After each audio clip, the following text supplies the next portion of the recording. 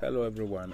Yesterday, myself, my siblings, my parents were outside. We were discussing and kind of just talking about the challenges we faced while growing up and where we were and where we are now and what God took us through, the encounters we had, the sickness, how we were robbed and, so many things that, those negative, ugly circumstances and situations. And we kind of compared where we are now to where we were yesterday, and I'm going to be honest, we had every reason to thank God and appreciate God.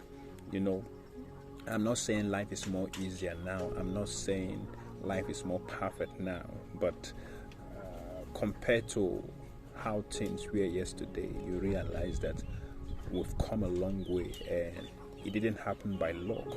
It all happened by the grace of God. I think 2 days ago, I posted something on Facebook, and I said I was scrolling through my phone. I came across a photo. You're going to see it on your screen now.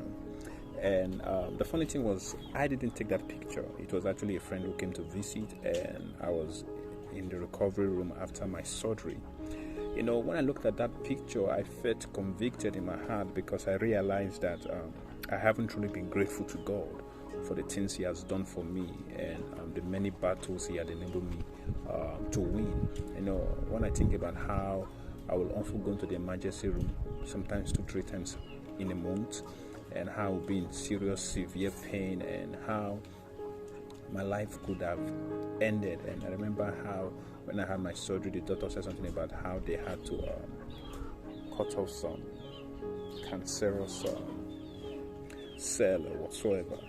And most times when we're going through problems, we go faced with challenges, we complain, we murmur, we get bitter, we get mad, we're like, God, you don't love me, God, you've abandoned me. But if we sit down for a minute and think about our lives and think about all that God has done, we'll realize that we've not been grateful enough. That photo right there, that was actually my second surgery in space of 13 months.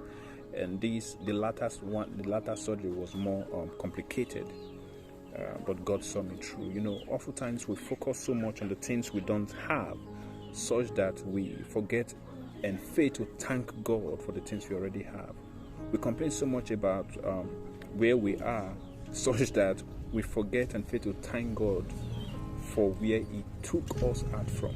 We complain about the unanswered prayers, such that we forget and fail to thank God for all the answered prayers. We worry too much about the little needs before us, such that we fail to thank God for the great needs He met with. Let's not allow what we are currently going through to make us forget the goodness and faithfulness of God.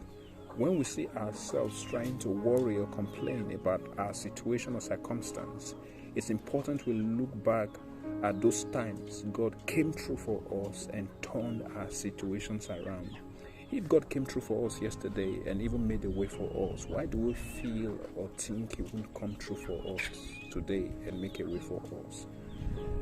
I'm going to end with this. One thing I've learned, which will be helpful to us, is this.